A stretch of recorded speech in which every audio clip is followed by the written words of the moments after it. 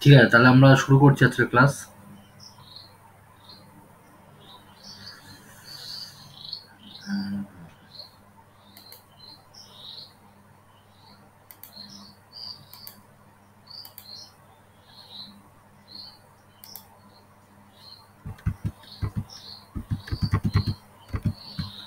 সবাই বোর্ড দেখতে পাচ্ছে? মানে বোর্ড না, মানে স্ক্রিন দেখা যাচ্ছে তো? মানে এখন বোর্ড দেখা যাচ্ছে নিশ্চয়ই। ওকে ওকে।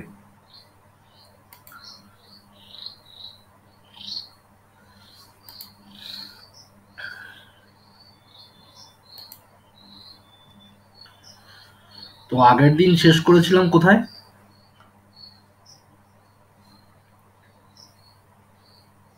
কারোর মনে আছে?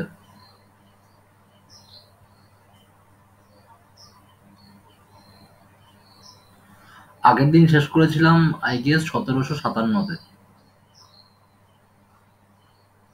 তাই তো? তো 1757-তে পলাশির যুদ্ধ দিয়ে শেষ করেছিলাম।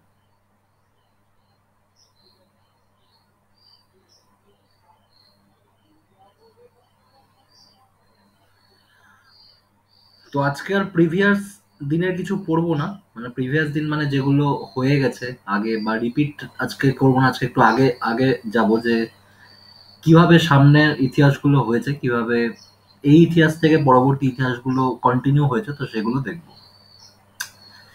ঠিক আছে, তো আজকে শুরু করবো 1600 সাল থেকে। 1600 সাল থেকে চলবে। প্রিভিয়াস প্রিভিয়াস সালগুলো, যেগুলো 1498, 97, এগুলো এগুলো হয়ে গেছে, এগুলো অনেকবার পড়েছি আমরা, এগুলো আবার লাস্টে গিয়ে দেখবো। তো আজকে শুরু করবো 1600 সাল থেকে। ঠিক আছে, তো 1600 সালে কি হয়েছে? ইস্ট ইন্ডিয়া কোম্পানি ভারতে পদার্পণ করেছে।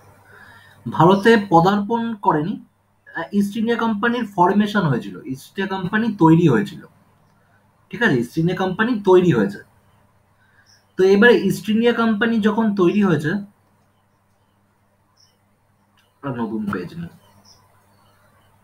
ইয়ার 1600, what happen in this year? East India কোম্পানির ফরমেশন হয়েছে। একটা কোম্পানি, যে কোম্পানি কি করেছে, ব্যবসা করতে এসে শাসন করছে।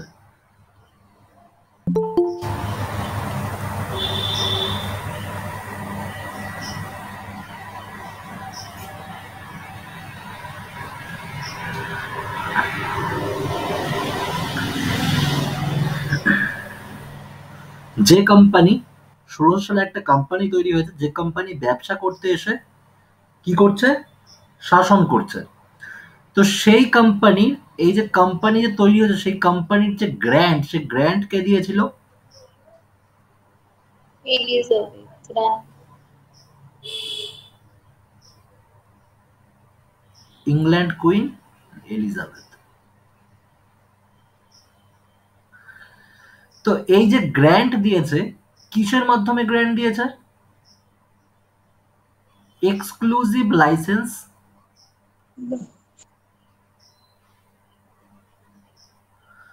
বা রয়্যাল চার্টার।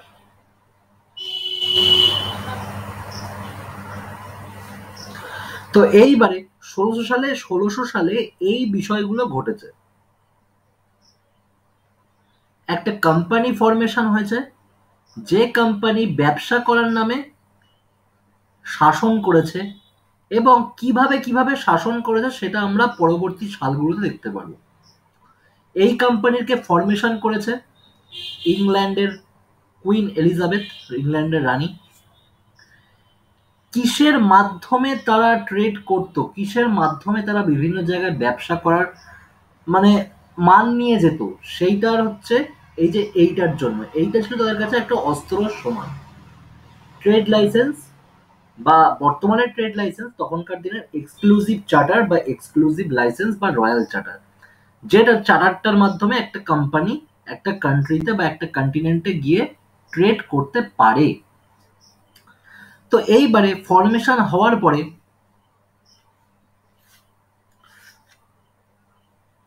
1607 খ্রিস্টাব্দে 1607 খ্রিস্টাব্দে কি হয়েছে?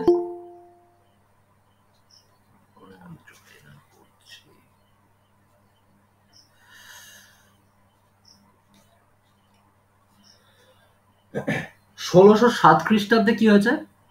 ইংল্যান্ড থেকে কয়েকজন নাবিক যাত্রা করেছে এবং শেষের দিকে 1607-এর শেষের দিকে 1600 নাবিক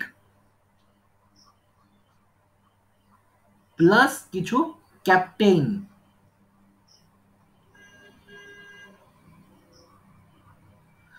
1600 সালে কি হয়েছে? একটা কোম্পানি ফরমেশন হয়েছে, তাই তো? সেই কোম্পানিটার নাম হচ্ছে ইস্ট ইন্ডিয়া কোম্পানি। 1600-র পরে 1607 এই কোম্পানির থ্রুতে এই কোম্পানি কিভাবে ব্যবসা করবে বা সেটার জন্য 1607-এ কয়েকজন নাবিক এবং কয়েকজন ক্যাপ্টেন যাত্রা শুরু করে। তো এইবারে 1607-এর পরে 1608-এ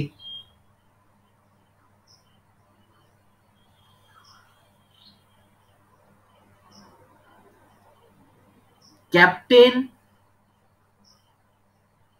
উইলিয়াম হকিন্স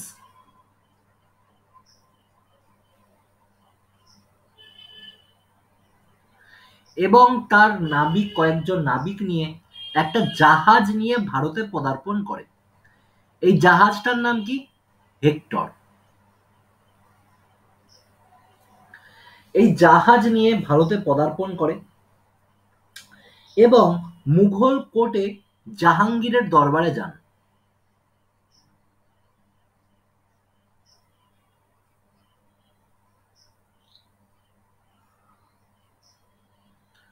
জাহাঙ্গীর কে ছিল? মুঘল এম্পেরার। তো 1600 সালে যে কোম্পানিটার ফরমেশন হচ্ছে সেই কোম্পানিটার দৌলতে কোম্পানিটা কিভাবে ব্যবসা করবে সেটার জন্য 1607 সালে কয়েকজন নাবিক এবং কয়েকজন ক্যাপ্টেন মিলে যাত্রা শুরু করে শেষের দিকে, এবং 1608-এ ভারতে পদার্পণ করে কে? সেই যে যারা পাড়ি দিয়েছিলেন সেই নাবিক এবং ক্যাপ্টেন, এবং তাদের মধ্যে অন্যতম ছিলেন ক্যাপ্টেন উইলিয়াম হকিন্স। সেই যে তারা যে জাহাজ, সেই যে জাহাজে করে এসেছিল ভারতে, সেই জাহাজের নাম কি ছিল? হেক্টর। তো আসেন এবং জাহাঙ্গীরের দরবারে পদার্পণ করেন। পদার্পণ করার পরে 1609 সালে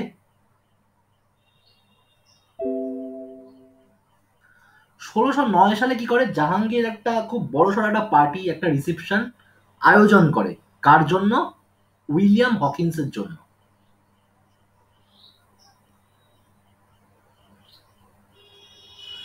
কারণ উইলিয়াম হকিন্স যখন এসেছিল প্রচুর গিফট টিফট নিয়ে এসেছিল জাহাঙ্গীরের রাজদরবারে, যে বলেছিল যে আমরা এখানে ব্যবসা করার থ্রুতে এসছি, আমাদের এখানে আমাদের হয়ে ব্যবসা করবে ইস্ট ইন্ডিয়া কোম্পানি, তো আমাদের তরফ থেকে কিছু গিফট আপনি রাখেন। তো সেই জাহাজে করে অনেক গিফট নিয়ে এসছে, ভারী গিফট নিয়ে এসছে, এবং এই ক্যাপ্টেন উইলিয়াম হকিন্সকে জাহাঙ্গীর খুশি হয়ে একটা ভারতের একটা পদ, একটা অফিসিয়াল পোস্ট,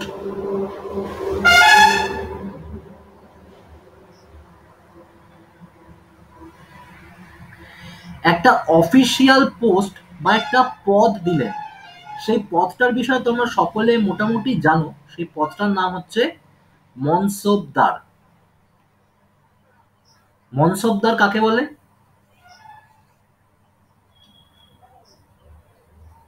কাকে বলে মনসবদার?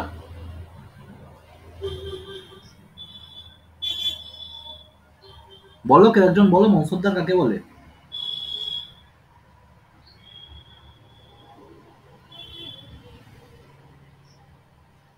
আর শোনাচ্ছি কি আমার কথা? হবে না দাদা।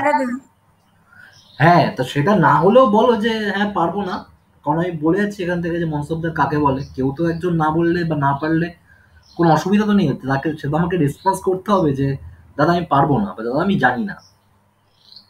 তো কারোর কি জানা আছে মনসবদার কি? হ্যাঁ, তো মনসবদার ওয়ার্ডটা আগে কেউ শুনেছে? যে এই মনসবদার বলে কিছু একটা ওয়ার্ড আছে? শুনলাম। হ্যাঁ, তা শুনেছি।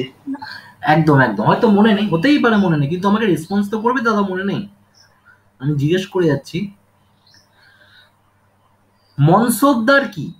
বর্তমানের মনসবদার হচ্ছে যারা বড় বড় পদে আছে, বর্তমানে যারা SDO, sub divisional officer, BDO বা ডিস্ট্রিক্ট ম্যাজিস্ট্রেট,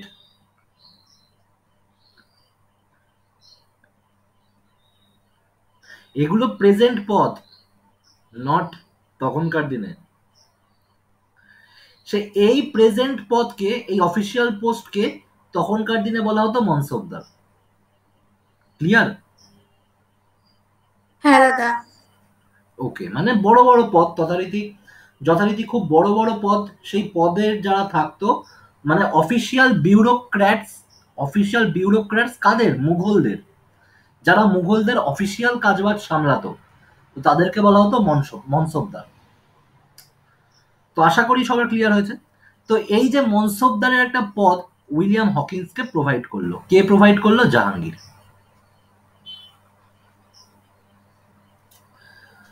তো যথারীতি জাহাঙ্গীর প্রোভাইড করার পরে জাহাঙ্গীর বলল যে তুমি মনসবদার হিসাবে আমার দরবারে থাকো, এবং তুমি মাসে, তোমাকে মানে তোমাকে বছরে 30,000 টাকা করে দিতে হবে। 30,000 টাকা করে দিলে তুমি এক বছরে ওয়ান টাইম পেমেন্ট, এবং এই এক বছরে 30,000 টাকা দিলে তুমি যা ব্যবসা করার করতে পারবে এখানে। তো এইবারে, এবং এই টাকাটা যদিও কোনোদিন সে পায়নি, এবং তথাকথিতভাবে এই টাকা লেনদেন কিছু হয়নি। তো এইবারে আস্তে আস্তে 1609 থেকে শুরু করে 1616 প্রতিটা সালে কি হয়, 1609 1600 সালে প্রতিটা সালে এদের যে ব্যবসা, এদের ব্যবসা আস্তে আস্তে আস্তে চলতে থাকে। এইবারে এরা যে ইস্ট ইন্ডিয়া কোম্পানি যে ছিল, এই যে east India company, East India company কি কোম্পানি, কাদের কোম্পানি? ইস্ট ইন্ডিয়া কোম্পানি ছিল ইংল্যান্ডের কোম্পানি, তাই তো? ইস্ট ইন্ডিয়া কোম্পানি যেহেতু ইংল্যান্ডের কোম্পানি ছিল, এইবারে তথাকথিত ভারতে তখন ইস্ট ইন্ডিয়া কোম্পানি এসছে। এবার কাদের থ্রুতে এসছে? ইংল্যান্ডের থ্রুতে এসছে। তো তখন শুধুমাত্র ইংল্যান্ডের ইস্ট ইন্ডিয়া কোম্পানি ভারতে ছিল না বা ব্যবসা করছিল না, এইটা মাথায় রাখতে হবে। তখন কিন্তু ভারতের পর্তুগিজরাও ছিল।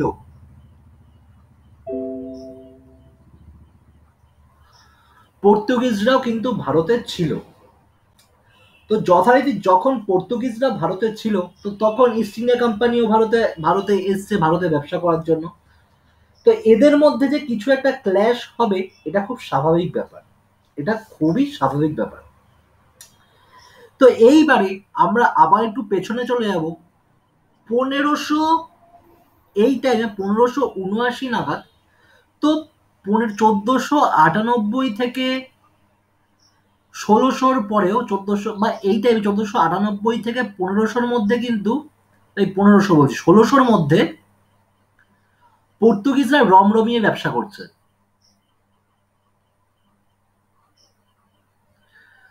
এই যে ইস্ট ইন্ডিয়া কোম্পানির ফরমেশন কবে হয়েছে? 1600।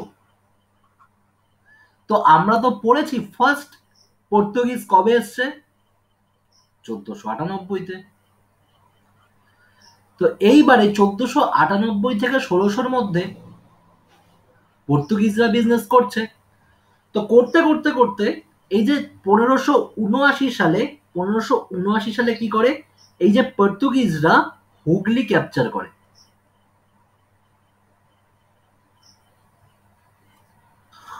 হুগলি ক্যাপচার করে এবং হুগলিতে রমরমিয়ে ব্যবসা চালাতে থাকে।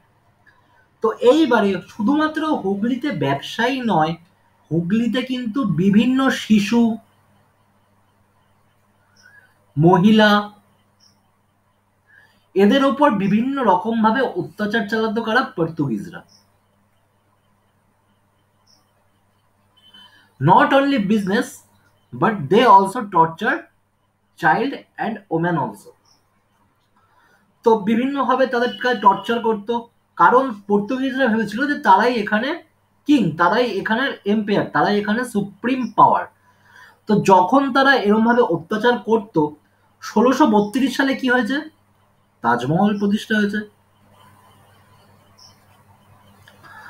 তো 1632 সালে আস্তে আস্তে যে মুঘল সম্রাট ছিল শাহজাহান, সে কিন্তু বাংলার গভর্নর তখন ছিল। 1632 সালে যে বাংলার গভর্নর, সে সবসময় কিন্তু হুগলিরও গভর্নর হবে, কারণ বাংলা হুগলি, হুগলি বাংলার মধ্যেও এখনো পড়ে এবং তখন অবশ্যই ছিল। তো 1632 সালে তখন বাংলার যে গভর্নরের নাম কি? কাসিম খান।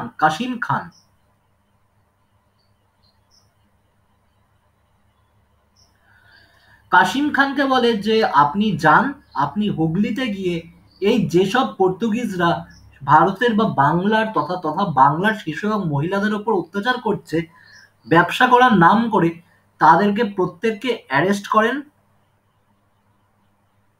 এবং আমার সামনে নিয়ে আসুন। তো যেরকম কথা সেরকম কাজ।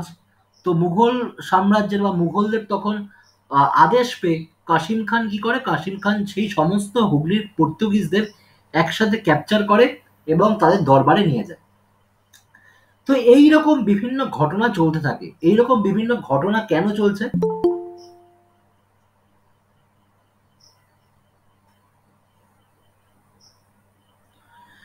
তো এইরকম বিভিন্ন ঘটনা কেন চলছে?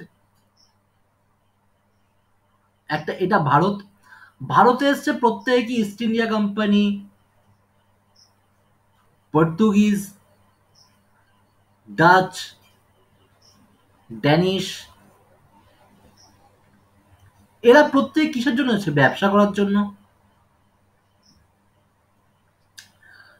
তো যখন এরা প্রত্যেকে ব্যবসা করার জন্য এসছে, এ যদি বেশি লাভ করে তো এও জিনিসটা সহ্য করতে পারবে না। এ যখন বেশি লাভ করবে এও জিনিসটা সহ্য করতে পারবে না। তো এও যখন লাভ করবে তখন এও সহ্য করতে পারবে না। তো বিভিন্ন রকম ভাবে ব্যবসায়িক বচসা শুরু হতে থাকে। ব্যবসায়িক বচসা যখন শুরু হয়, তো বিভিন্ন রকম ভাবে যুদ্ধ হয়। প্রত্যেকের মধ্যে কে সর্বোপরি, কে টিকবে, কে টিকে থাকার লড়াই। এই টিকে থাকার লড়াইয়ে কে টিকবে? পর্তুগিজ টিকবে, না ডাচ টিকবে, না ড্যানিশ টিকবে, না ইস্ট ইন্ডিয়া কোম্পানি টিকবে, না ব্রিটিশ টিকবে। কে অধিক লাভ করবে, কে অধিক ভাবে জিতবে, তো এইটার জন্য কিন্তু একটা রেষারেষি, একটা হিংসা শুরু হতে থাকে। তো এরপরে এরপরে আস্তে আস্তে বিভিন্ন রকম ভাবে দেখা যায় যে ইস্ট ইন্ডিয়া কোম্পানি বা বিভিন্ন রকম ভাবে মুঘলের দ্বারা হলেও পর্তুগিজদের কিন্তু আস্তে আস্তে পতন ঘটতে থাকে। সময়ের সাথে সাথে পর্তুগিজদের পতন ঘটতে থাকে, কারণ যারা ডোমিনেট করছিল, যারা ভারতে রাজ করছিল, তাদের শক্তির সাথে পর্তুগিজ শক্তি কিন্তু পেরে উঠছিল না। তো এরকম চলতে চলতে চলতে চলতে আমরা কোন সালে আসি? আমরা আসি 1707 সালে। 1707-এ কি হয়? ঔরঙ্গজেবের মৃত্যু হয়। একদম। আর 1707-এ আস্তে আস্তে ঔরঙ্গজেবের মৃত্যু হয়। মুঘল সাম্রাজ্যের পতন ঘটে। অবভিয়াসলি ঔরঙ্গজেবের যদি মৃত্যু হয়, তাহলে একদম সিম্পল ভাবে মুঘল সাম্রাজ্যের পতন ঘটে। আঞ্চলিক শক্তির উত্থান হয়। একদম একদম। Emperor decline. আর আর ভারতের নবগঠন হয়। হ্যাঁ, একদম একদম। রাইজ অফ রিজিওনাল পাওয়ার।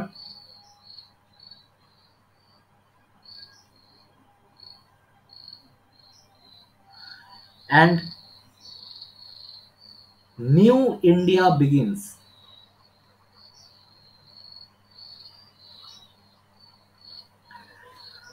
যখন ঔরঙ্গজেবের মৃত্যু হয় 1707, তো 1632 বিভিন্ন রকম ভাবে 1600 সাল চলছে, বিভিন্ন যুদ্ধের মাধ্যমে, রেষারেষির মাধ্যমে। কিন্তু এত কিছু যে হচ্ছে 1632, 1664, তো বিভিন্ন রকম ভাবে কাদের ছত্রছায়া হচ্ছে? তখন কাদের ছত্রছায়া ছিল? মুঘলদের।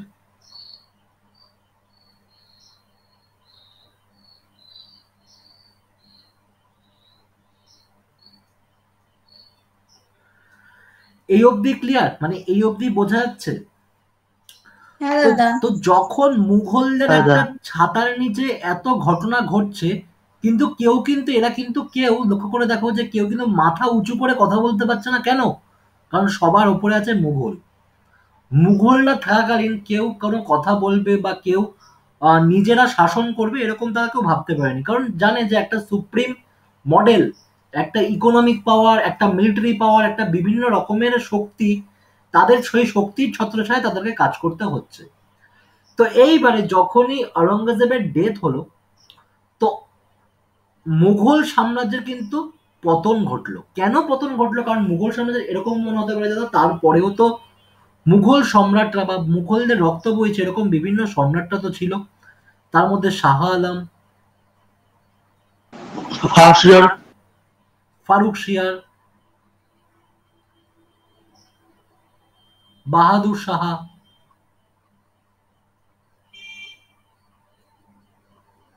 শাহ আলম টু মানে দ্বিতীয়।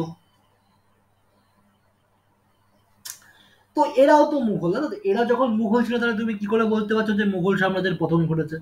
কারণ মুঘল সাম্রাজ্যের পতন মানে তো আম, কেউ নেই, মুঘল সাম্রাজ্যটাই শেষ হয়ে গেছে। তার মানে আমরা কি করে বুঝবো যে মুঘল সাম্রাজ্যের পতন হয়েছে? এইখানের উত্তর হচ্ছে এইটা, এই যে ঔরঙ্গজেবের মৃত্যুর পরে এনারা যারা মুঘল সম্রাট ছিলেন,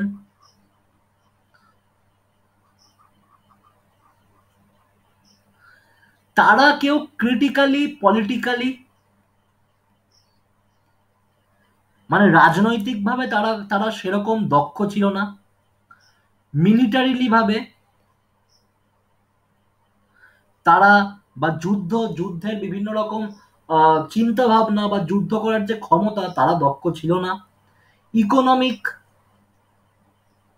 অর্থনৈতিক দিক থেকেও তারা পরিপূর্ণ ছিল না। তো এই যে সমস্ত কিছু ছিল কোন সময় পর্যন্ত? যখন ঔরঙ্গজেব ছিলেন।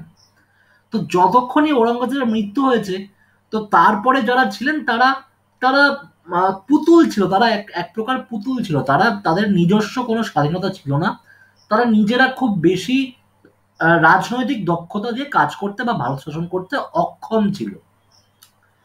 তো যেহেতু তারা বিভিন্ন রকম ভাবে অক্ষম ছিল, তো সেহেতু বিভিন্ন রকম ভাবে রিজিওনাল পাওয়ার রাইজ হয়েছে।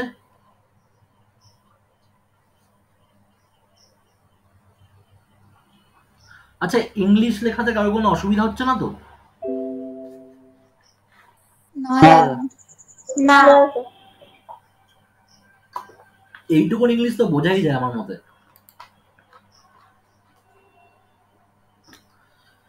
তো বিভিন্ন রকম ভাবে রিজিওনাল পাওয়ার উত্থান হলো। রিজিওনাল পাওয়ার মানে আমি বাংলাতেও বলছি, আঞ্চলিক শক্তির উত্থান। তো স্বাভাবিকভাবে যখন একটা বড় ছাতা থাকবে না, তো সবাই নিজেদেরকে বড় হোতা মনে করবে। তো সেই কারণে প্রত্যেকে উঠলো, যেরকম মারাঠা মারাঠাদেরকে নেতৃত্ব দিচ্ছিলেন শিবাজি। দুই, আওয়াধ। আওয়াধ বা বর্তমানে অযোধ্যা, অযোধ্যাকে ইংলিশে আওয়াধ বলা হয়। সুজাউদ্দৌলা,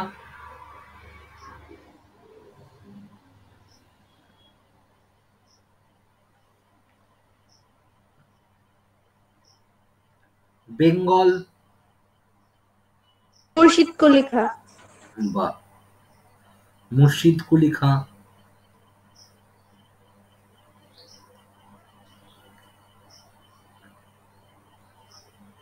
হায়দ্রাবাদ, নিজাম।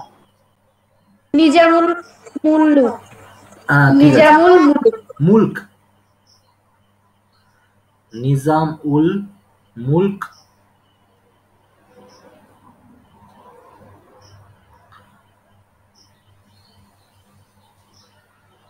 পাঁচ, শিখ, রঞ্জিত সিং। রঞ্জিত সিং।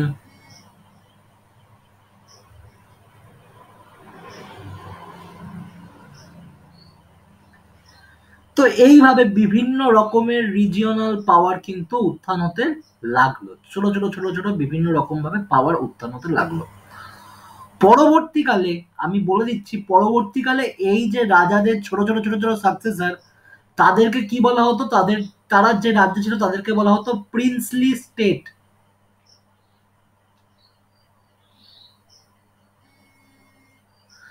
প্রিন্সলি স্টেট মানে কি বলো? প্রিন্সলি স্টেট মানে বর্তমানে তো এই যে আঞ্চলিক শক্তির যারা উত্থান হচ্ছে, যেরকম এই শক্তিগুলো মারাঠার শিবাজি বর্তমানে মারাঠাদের লিডার। শিবাজি থেকে আস্তে আস্তে আস্তে আস্তে আস্তে যারা শিবাজির ছেলে ছেলে ছেলে ছেলে ছেলে ছেলে হতে হতে শিবাজির মতো হয়তো ক্ষমতা থাকবে না, কিন্তু সে তো মারাঠার শক্তির বা মারাঠাদের রাজার একটা ছেলে। সেটা যে রাজার ছেলে যে একটা জায়গার যে নবাব বা সম্রাট হয়ে পরবর্তীকালে থাকবে, এটা আমরা পড়তে পড়তে পরবর্তীকালে ক্লিয়ার হয়ে যাবে। তো আমি আগে থেকেই বলে দিলাম, এটা এখন বলা হয়তো উচিত ছিল না।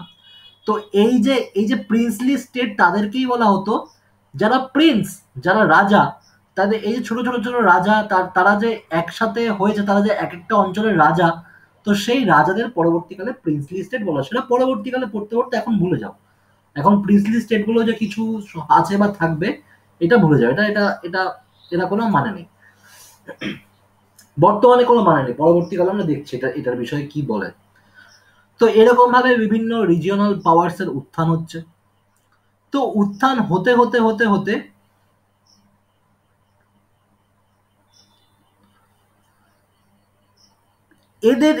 এরা যে বিভিন্ন আঞ্চলিক শক্তির যে উত্থান ঘটছে, তো এদের উত্থান শুধুমাত্র ঘটছেই না, এই ইস্ট ইন্ডিয়া কোম্পানি প্রত্যেককে এখানে হারাবে। তো তাদেরকে এই যে হারানোর যে একটা যুদ্ধ, এই বিভিন্ন যুদ্ধ কিন্তু এই পুরো 1700 সাল ধরে চলেছে, 1700 থেকে 1800-র মধ্যে। তো এইটা হতে হতে হতে সবার প্রথম যে যুদ্ধ হচ্ছে তার নাম হচ্ছে কার্নেটিক ওয়ার। কেউ শুনেছে নামটা? শুনেছে, অবশ্যই শুনেছে কেউ।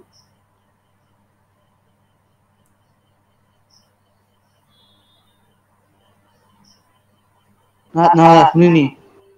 আচ্ছা আচ্ছা, ঠিক আছে।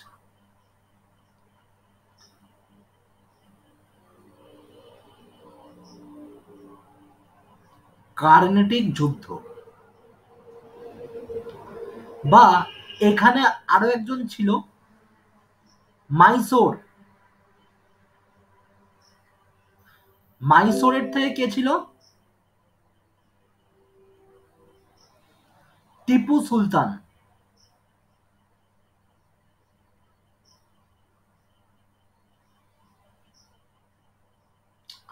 কার্নেটিক যুদ্ধ বা কার্নেটিক ওয়ার।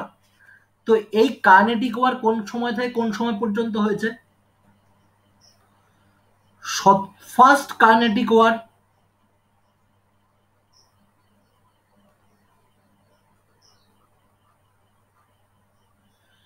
1740 থেকে 1748।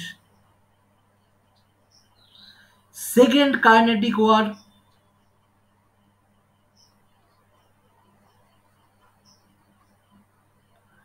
1749 থেকে 1754। থার্ড কার্নেটিক ওয়ার 1756 থেকে 1763। এইগুলো মনে থাকবে যদি প্রত্যেকে কি নোট ডাউন করছো নাই করছো না? হ্যাঁ করছি। ওকে।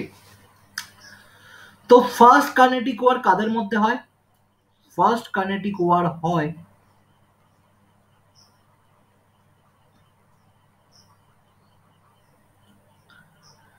Nizam Hyderabad versus East India company.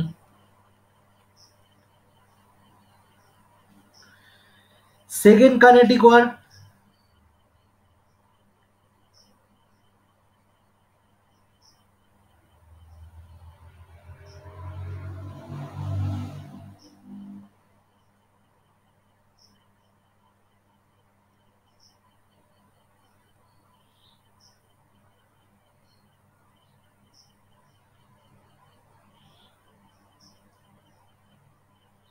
এক সেকেন্ড দাও।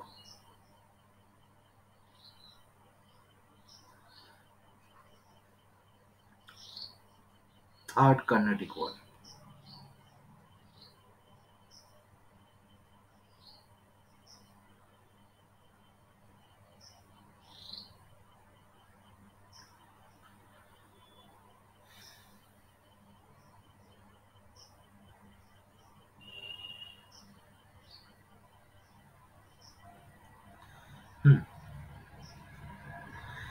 সেকেন্ড কার্নেটিক ওয়ার কাদের মধ্যে হচ্ছে? সেকেন্ড কার্নেটিক ওয়ার হচ্ছে ইস্ট ইন্ডিয়া কোম্পানির সাথে স্মল মুঘল এম্পায়ার, ছোট একটা কারণ মুঘল শক্তির সাথে যুদ্ধ হচ্ছে।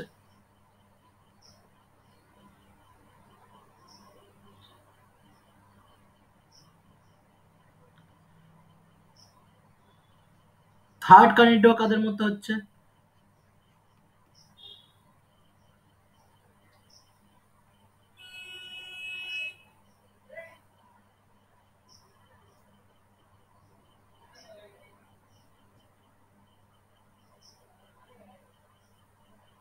হবে না।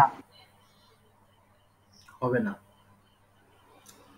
না হবে না আমি জানি, আমি একবার দেখে নিচ্ছি থার্ড কার্নেটিক ওয়ারটা।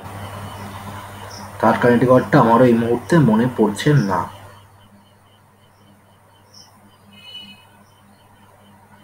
ওকে, East India company versus again Mughal.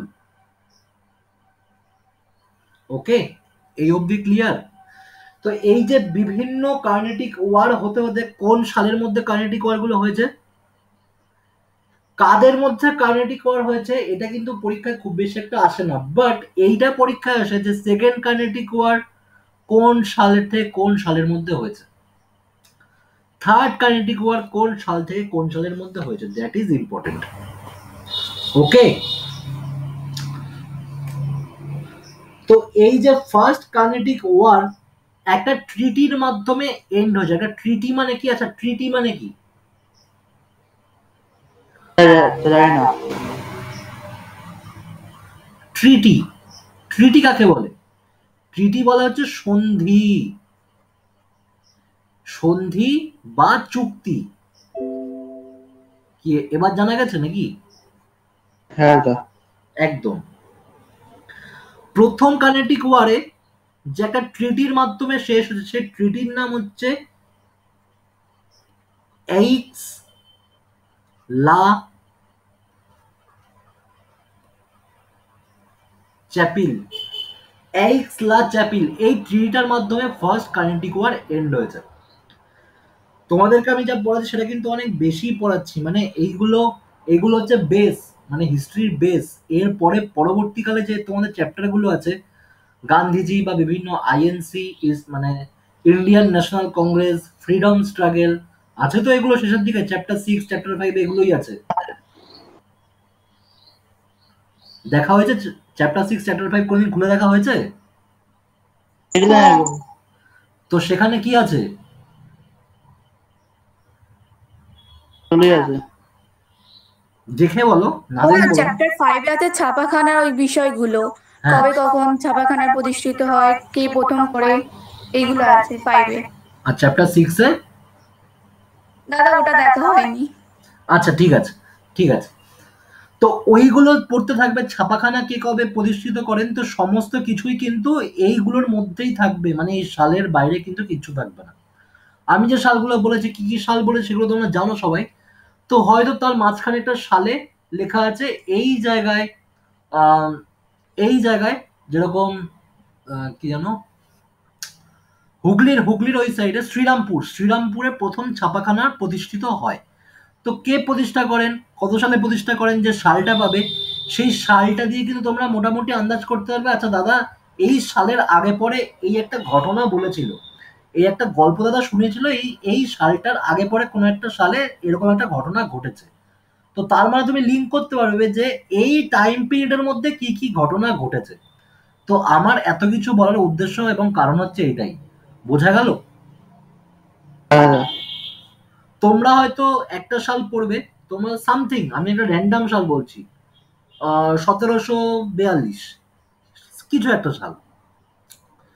তো এই সালটা যখন পড়বে, এই সালটা কিন্তু ব্যাপারে দাদা আমাদের বলেনি, দাদা বলেনি যে এই সালে কি হয়েছে। হ্যাঁ, আমি বলিও নি অবশ্যই এই সালে কি হয়েছে। এবং এই সালটা তোমরা পড়ছো, ইউ রিড, যেটা আমি বলিনি। এবং আমি কি বলেছি, 1740 বলেছি কার্নেটিক ওয়ার, 1746 বলেছি। তো এইটা দাদা বলেছে, এইটাও দাদা বলেছে। এইবারে এই সমস্ত কিছু জানার পরে তুমি কি কি জানলে দেখো, তুমি কিন্তু পুরো হিস্ট্রিটা জেনে গেলে। বোঝা যাচ্ছে আমার কথা? হ্যাঁ দাদা। তো আমার মোটো হচ্ছে এইটাই, এছাড়া আর কিচ্ছু না। যেগুলো তোমাদের বইতে নেই, যেগুলো তোমরা জানো না, সেগুলো আমি জানাচ্ছি। আর যেগুলো তোমাদের বইতে আছে সেগুলো তো অবভিয়াসলি তোমরা পড়বে। ক্লিয়ার? আচ্ছা, এই অবধি ক্লিয়ার? হ্যাঁ দাদা। হ্যাঁ দাদা। তো এইবারে আস্তে আস্তে কি হচ্ছে, 1757 এসছে। পলাশির যুদ্ধ হয়। সরি, তো 1757-তে পলাশির যুদ্ধ হয়।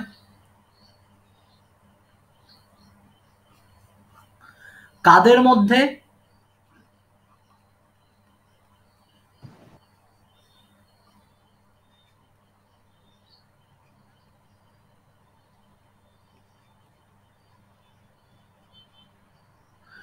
Robert Clive versus Sirajuddaulah. Okay, স্টোরিটা বলেছি, স্টোরিটা জানো প্রত্যেকে নাকি? আবার বলতে হবে স্টোরিটা? হ্যাঁ দাদা। স্টোরিটা আবার বলতে হবে? না। ওকে না বলতে হবে। হ্যাঁ। ওকে, তো 1757-র পরে কি হয়? 1757-র পরে কোন সাল আসে? 1761। 1761-তে কি হয়েছে? তৃতীয় পানিপথের যুদ্ধ। Very good, very good.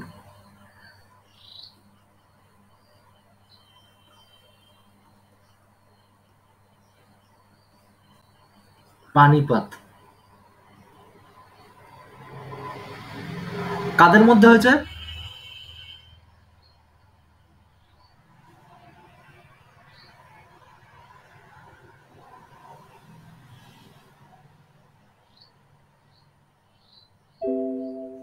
কাদের মধ্যে হয়েছে? ইব্রাহিম আর বাবর। হ্যাঁ, হ্যাঁ। আচ্ছা, বাবর তার মানে 1761 সালে বেঁচে ছিল? না দাদা। 1700 ও না, 1707-এ যদি ঔরঙ্গজেবের মৃত্যু হয়ে যায়, তার মানে বাবর 1761 সাল পর্যন্ত বেঁচে ছিল। দারুণ ব্যাপার। না,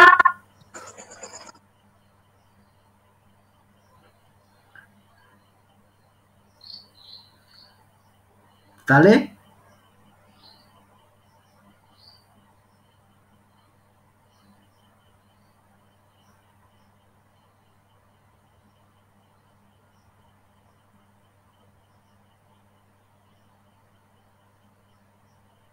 বলো।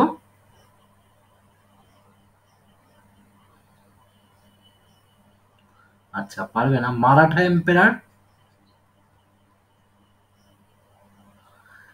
Versus Afghan army.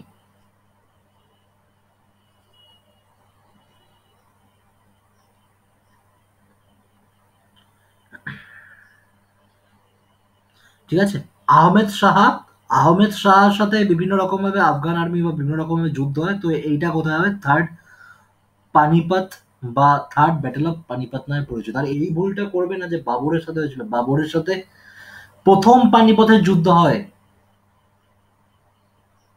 সেটা কত সালে? 1526-এ।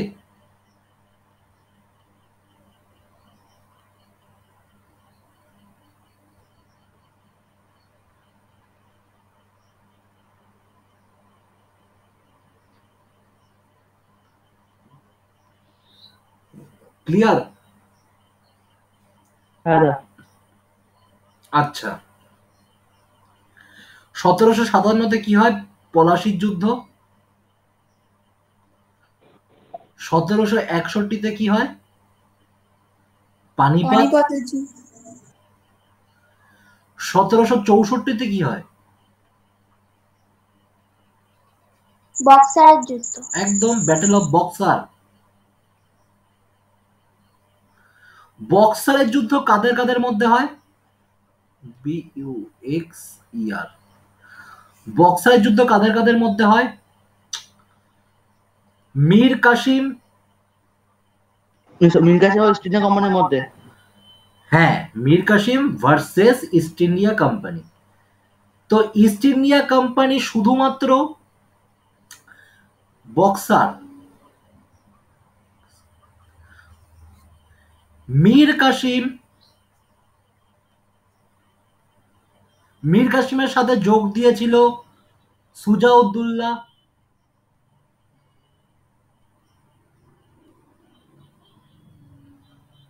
Plus Shah Alam.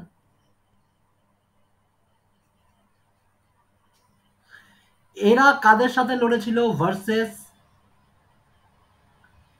East India company? বাই এদেরকে কে নেতৃত্ব দিচ্ছিল?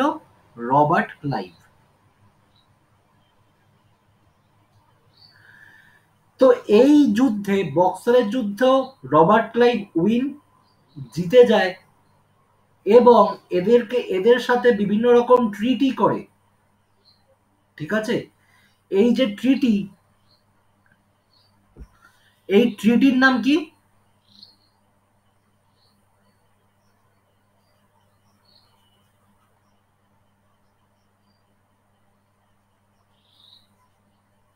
ট্রিটি অফ এলাহাবাদ, এলাহাবাদের চুক্তি। এই এলাহাবাদের চুক্তির ফলে রবার্ট ক্লাইভ কি করে?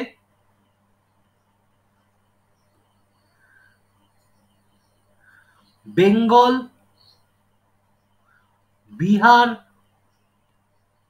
আর ওড়িশাতে দিওয়ানি লাভ করার ফরমান পায়। দিওয়ানি মানে কি? পদ। একদম, ট্যাক্স কালেকশন রাইট।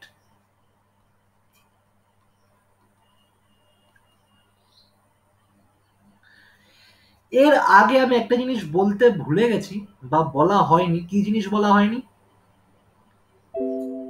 সেটাও বলে দিচ্ছি, কি জিনিস বলা হয়নি। আঞ্চলিক শক্তির উত্থানের আগে এবং ঔরঙ্গজেবের মৃত্যুর পরে 1717 সাল আসে একটা, 1717। 1717 সালে কি হয়? মেনলি 1715 থেকে বলছি। 1715 সালে ফারুকশিয়ারের একটা রোগ হয়।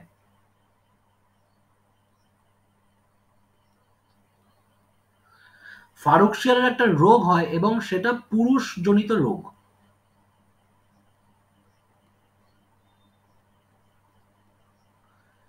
যেটার বর্তমান নামও বলে দিচ্ছি, তার নাম হচ্ছে হার্নিয়া। তো এই যে দুরারোগ্য রোগ থেকে মুক্তি দিয়েছিলেন ইস্ট ইন্ডিয়া কোম্পানির একজন ডক্টর।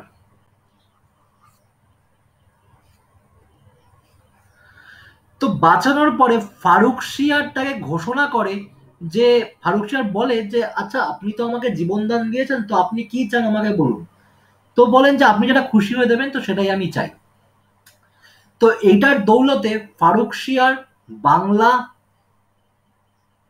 গুজরাট আর হায়দ্রাবাদে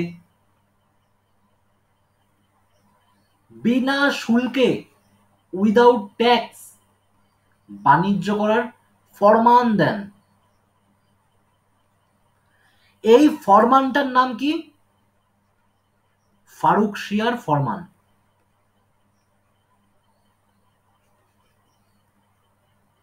বোঝা গেছে? দাদা আরেকবার বলো কোথায় কোথায় মানে এই যে আমি লিখে দিয়েছি, বেঙ্গল, গুজরাট, হায়দ্রাবাদ। তো এই যে আস্তে আস্তে যে ফরমান লাভ পেল, এই ফরমানটা কত সালে লাভ পেল? ফারুকশিয়ারের ফরমান নামে ইতিহাসে পরিচিত।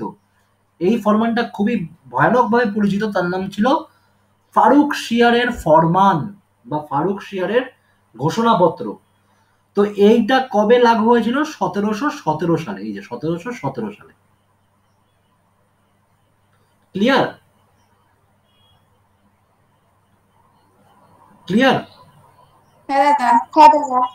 তো এই যে 1717 সালে আস্তে আস্তে 1764-তে আমরা এবার পড়ছি, 1764-তে বক্সারের যুদ্ধ হয়। বক্সারের যুদ্ধে কে কে জেতে? ইস্ট ইন্ডিয়া কোম্পানি জয়লাভ করে। কাদেরকে হারিয়ে?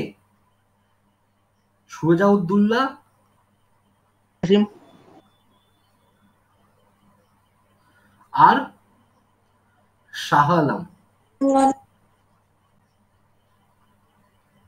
প্লাস মীর কাসিম। মীর কাসিম পালিয়ে যায়, তাও মীর কাসিমকেও ধরছে। তো এদের কাছ থেকে জিতে, এই যে এদের কাছ থেকে একটা ট্রিটি বা চুক্তিপত্রে স্বাক্ষর করে। সেই চুক্তিপত্রের নাম হচ্ছে এলাহাবাদের চুক্তি। এই চুক্তিতে কি বলা হয়? যে আমরা, মানে আমরা বলতে ইস্ট ইন্ডিয়া কোম্পানিরা পুরো বাংলা,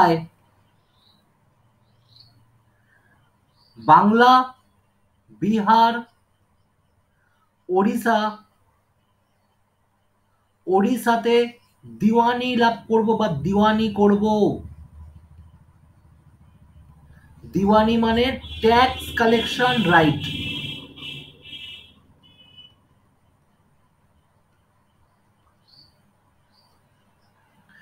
ক্লিয়ার? এইবারে চলতে চলতে চলতে 1764 পরে আস্তে আস্তে আস্তে 1773 সাল আসে এবং 1773-এ কি হয়?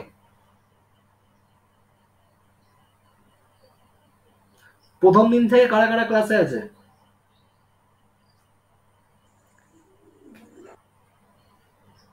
দাদা একদম প্রথম দিন থেকে নেই, মানে তার কিছুদিন পর থেকে ছিলাম। আচ্ছা, তো আমি গভর্নর জেনারেলের নাম প্রোভাইড করেছিলাম। তো হ্যাঁ দাদা। 1773-এ কেউ পড়ছেই না সেটা। প্রথম গভর্নর জেনারেল অ্যাপয়েন্ট হয়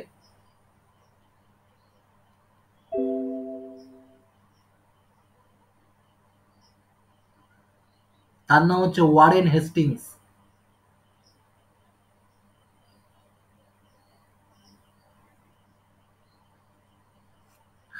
আর কি হয়?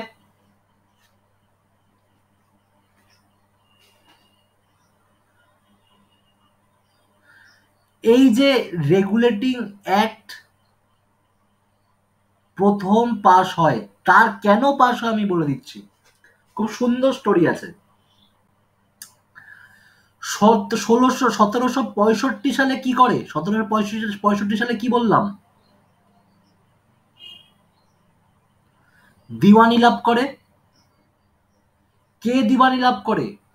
ইস্ট ইন্ডিয়া কোম্পানি দিওয়ানি লাভ করে। এইবারে দিওয়ানি লাভ হচ্ছে, ভারত থেকে ট্যাক্স কালেকশন করছে ইস্ট ইন্ডিয়া কোম্পানি। সবাই শুনবে, খুব ইন্টারেস্টিং গল্প, যে কেন গভর্নর জেনারেল অ্যাপয়েন্ট করার প্রয়োজন হলো। কারোর মনে কোশ্চেনটা আসেনি? এতদিন তো সব ঠিকঠাকই চলছিল। 1700 সালে ঠিকঠাক চলছে, 1600 সালে ঠিকঠাক চলছে, 1700 এই যুদ্ধ ফুদ্ধ হচ্ছে টুকটাক, কিন্তু কেন গভর্নর জেনারেল অ্যাপয়েন্ট হলো? এটা কারোর মাথায় আসেনি? নাকি দাদা বলছে বলে গভর্নর জেনারেল অ্যাপয়েন্ট হয়েছে? একদমই নয়। 1765 সালে ইস্ট ইন্ডিয়া কোম্পানি যখন ট্যাক্স কালেকশন করছে, আমাদের মতো সাধারণ মানুষের থেকে টাকা ইনকাম করছে, তো ইস্ট ইন্ডিয়া কোম্পানি তো একটা কোম্পানি,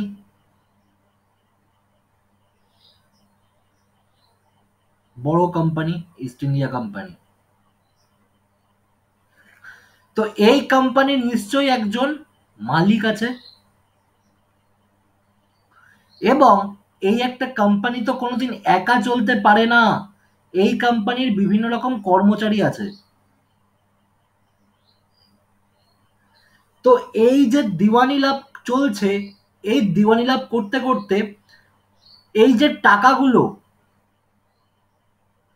মালিকের কাছ পর্যন্ত পৌঁছাচ্ছে না, এই ট্যাক্স কালেকশন করছে, ট্যাক্স কালেকশন করতে করতে সেই ট্যাক্স কালেকশনের টাকা ডিরেক্ট কর্মচারীরা পকেটে ভরছে, মালিকের কাছে অব্দি সেই টাকা পৌঁছাচ্ছেই না। তো এই যে ইস্ট ইন্ডিয়া কোম্পানি কার সাথে লিঙ্ক?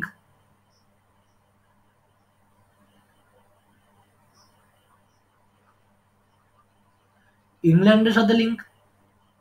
আমি আবার খুব ভালো করে বোঝাচ্ছি।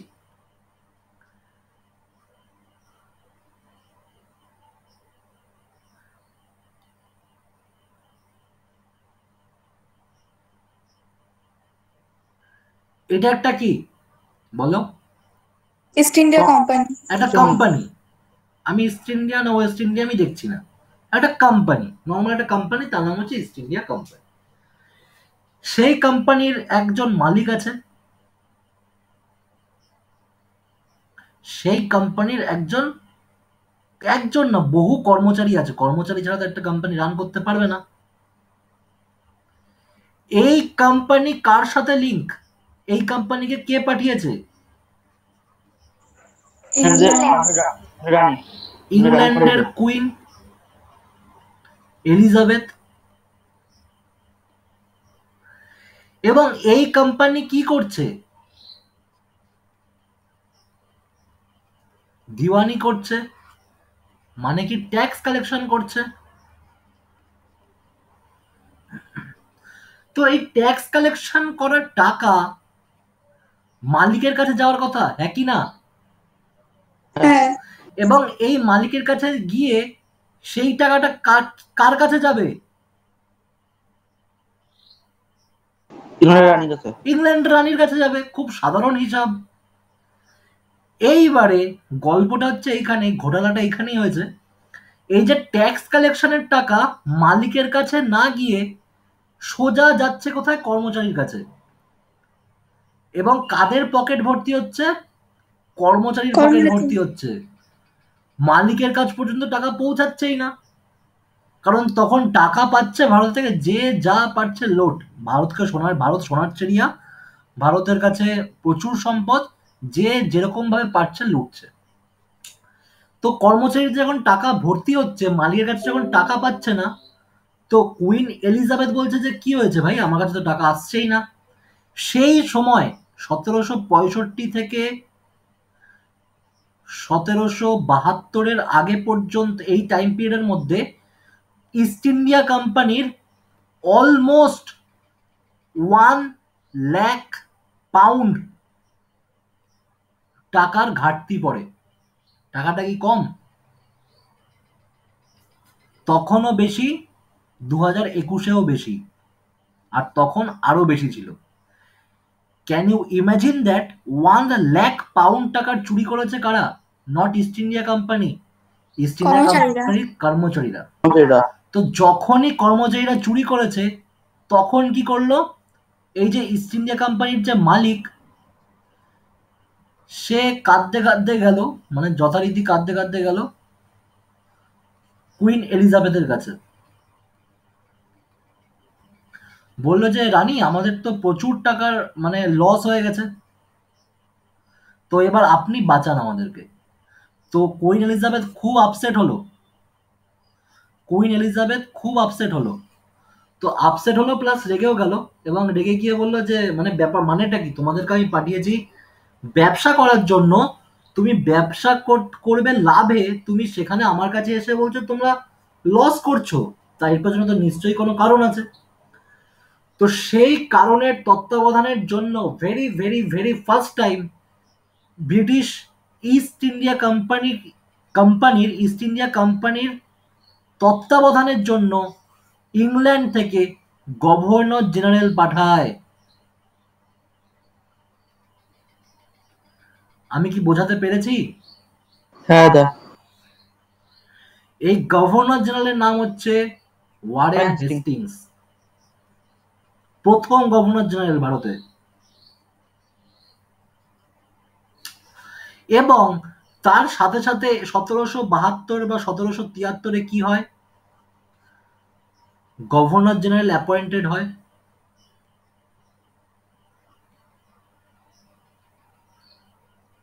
আর কি হয়?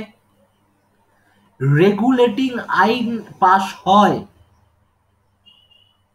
বা চার্টার। এই রেগুলেটিং আইন কেন পাস করা হয়? কারণ ইস্ট ইন্ডিয়া কোম্পানিকে রেগুলেট করার জন্য, ইস্ট ইন্ডিয়া কোম্পানিকে কন্ট্রোল করার জন্য রেগুলেটিং আইন পাস করা হয়। এই রেগুলেটিং আইনে কি বলা ছিল?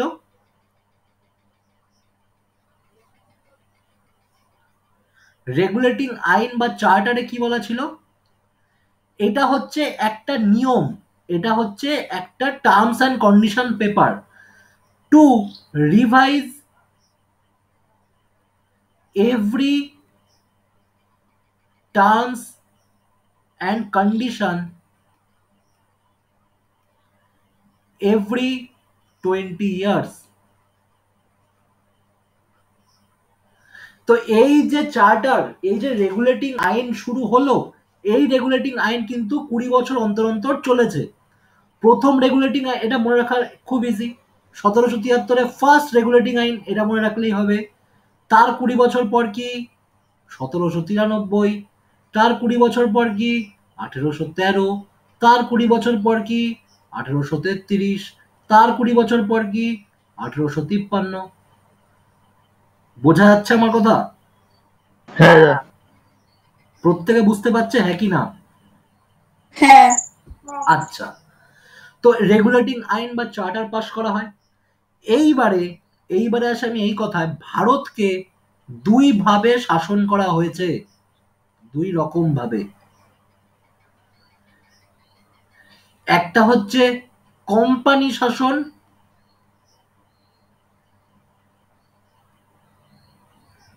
একটা হচ্ছে ব্রিটিশ শাসন।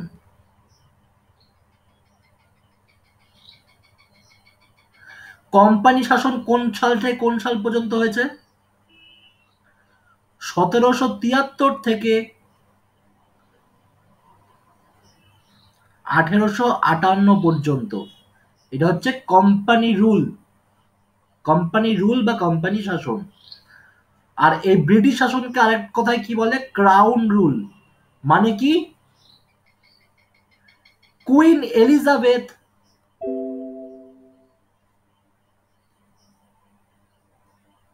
ডিরেক্ট ভারতকে শাসন করেছে, কোনো কোম্পানির মারফতে নয়। এইটা কত সাল থেকে?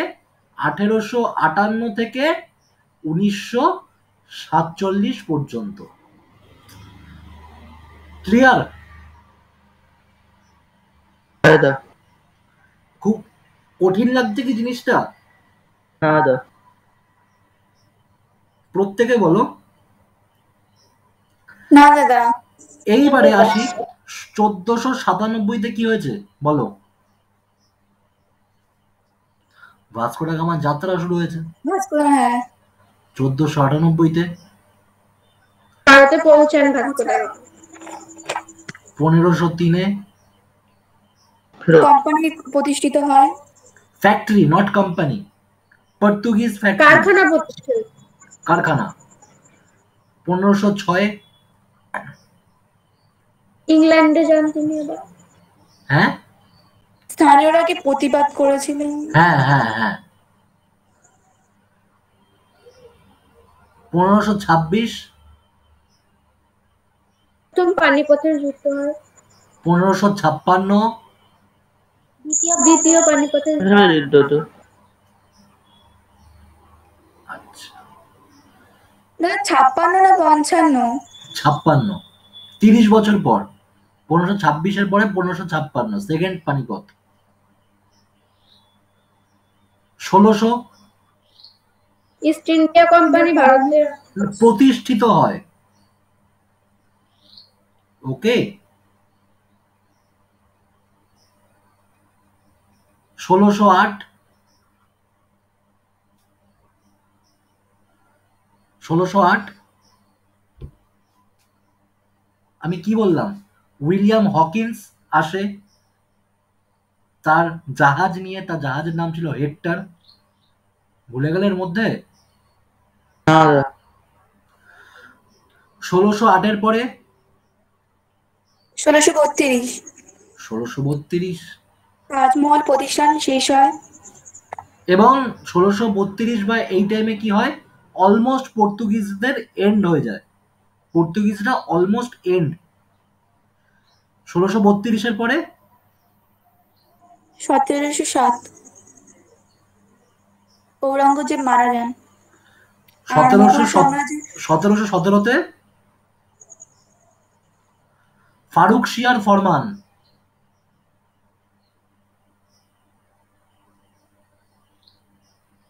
1740-এ ফার্স্ট কার্নেটিক ওয়ার।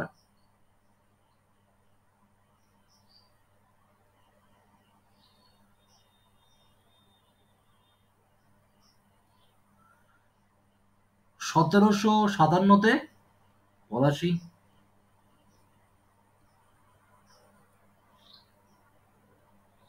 1761-তে পানিপথের যুদ্ধ হয়। থার্ড পানিপথ। থার্ড পানিপথ। 1764 বক্সার। বক্সারের যুদ্ধ হয়। 1765 দিওয়ানি লাভ। দিওয়ানি লাভ। কি ভুলে যাচ্ছ দিওয়ানি লাভ? 1765-তে দিওয়ানি লাভ করে, দেখো আমি আগে বলেছি, ভুললে চলবে না। এই যে কি লেখা এখানে, কি লেখা, দেওয়ানি। একদম, তো এগুলো ভুললে চলবে না, এগুলো এগুলো ইম্পর্টেন্ট। 1765-র পরে 1773, 1773টা আমরা পড়লাম। ফার্স্ট রেগুলেটিং আইন পাস হয়। একদম, ফার্স্ট রেগুলেটিং আর আইন পাস হয়, গভর্নর প্রথম জেনারেল। গভর্নর জেনারেল অ্যাপয়েন্ট হয়, এবং চার্টার অ্যাক্ট, মানে রেগুলেটিং অ্যাক্ট কি চার্টার অ্যাক্ট বলা হয়, এবং এইটা বলা হয় যে প্রতি 20 বছর অন্তর অন্তর আমরা চেক করব, কে বলে এটা, ইংল্যান্ডের রানী বলে প্রতি 20 বছর অন্তর অন্তর আমরা চেক করব যে ইস্ট ইন্ডিয়া কোম্পানি কোনো ঘাপলা করছে কিনা, কোনো কোনো ছলচাতুরি করছে কিনা, টাকা পয়সা মারছে কিনা, ঠিক আছে, বোঝা যাচ্ছে? তো এই সমস্ত জিনিস কিসে পেশ করা হয়, 1773 রেগুলেটিং আইনে। এবং আজকে যেটা পড়ালাম সেটা এক ঝলক দেখে নাও পিডিএফ এ, কি পড়িয়েছি বা কি হয়েছে। আমি কি বললাম, এটাই বলেছি তো, যে কোম্পানি রুল কবে থেকে কোন সাল পর্যন্ত, 1773 থেকে 1858 সাল পর্যন্ত, এবং ব্রিটিশ রুল বা ক্রাউন রুল কত থেকে কোন সাল পর্যন্ত, 1858 থেকে 1948 পর্যন্ত। ক্লিয়ার? হ্যাঁ দাদা। এরপরে কি কোম্পানি রুল? কি কোম্পানি রুল হচ্ছে এমন একটা রুল যেটা কি করে, একটা অর্গানাইজেশন বা একটা কোম্পানি, যে কোম্পানি শাসন করে, তো এখানে সেটাই লেখা আছে, শুধুমাত্র ইংলিশে লেখা আছে। Company rule describe the operation, definition and constraints that apply to an organisation and that was under the company rule. And এই কোম্পানি রুলে আমরা সাধারণ মানুষরা যদি আমরা কোম্পানি রুলে থাকতাম, তাহলে আমরা কোনো আর্গুমেন্ট করতে পারতাম না, কারণ আমাদের কাছে কোম্পানি ইজ এভরিথিং। তো এরপরে কোম্পানি রুল হয়েছে 1773 থেকে 1858 পর্যন্ত। আমি বলে দিয়েছি তোমাদেরকে, এটা জাস্ট একবার দেখানোর জন্য, যেটা বলেছি সেটাই কারেক্ট। এরপরে আসছে ব্রিটিশ রুল বা British crown rule. British crown রুলে কি বলা হচ্ছে, যে 1858 সাল পর্যন্ত, 1858 সাল পর্যন্ত ব্রিটিশ রুল, বা 1858 থেকে ব্রিটিশ রুল শুরু হয় 1947 সাল পর্যন্ত, এবং তখন ইস্ট ইন্ডিয়া কোম্পানি থাকে না, তখন ইংল্যান্ডের কুইন ডিরেক্ট ভারতে শাসন করছে। তো সেইটাকেই বলা হয় ক্রাউন রুল বা British rule, not company rule. এরপরে আসি, আবার প্রথম থেকে গভর্নর জেনারেলের নামগুলো আমি দিচ্ছি যারা নতুন এসেছে তাদের জন্য।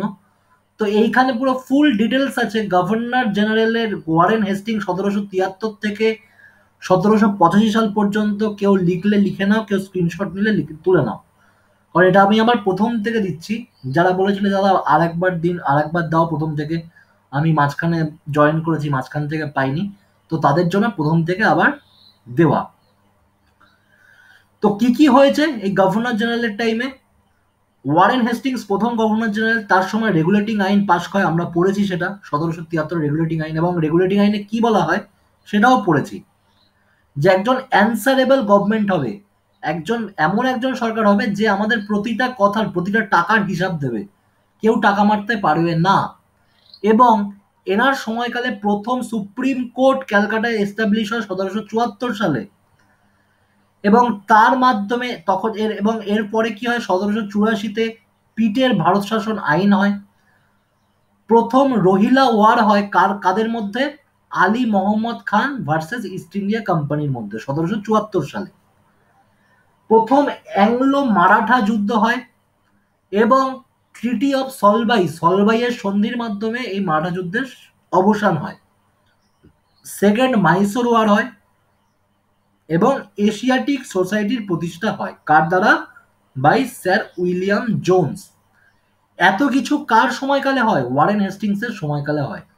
আমরা আজকে শুধু 1773 অব্দি পড়েছি, এই সমস্ত কিছু আমরা নেক্সট দিন পড়বো। এটা কি সবার লেখা হয়েছে? দিছে দাদা। লেখা হয়েছে?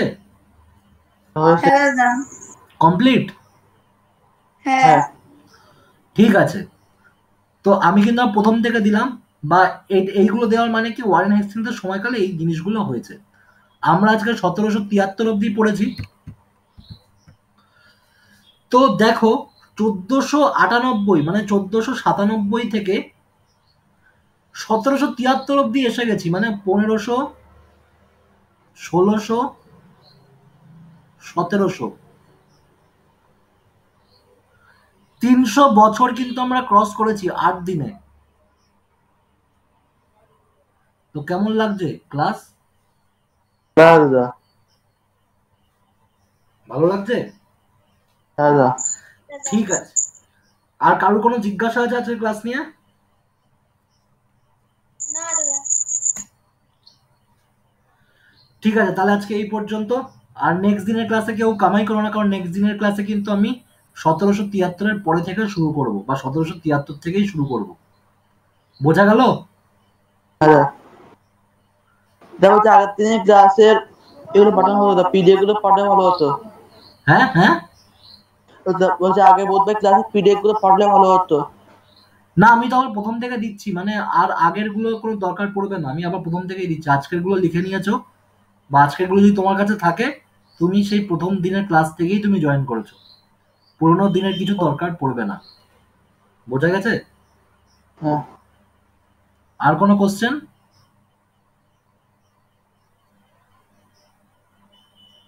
আর কোনো কোশ্চেন? হ্যাঁ দাদা। না দাদা। ওকে ওকে, তাহলে টাটা, নেক্সট ক্লাসে দেখা হচ্ছে আবার। Good night. গুড নাইট দাদা। হ্যাঁ। হুম হুম হুম।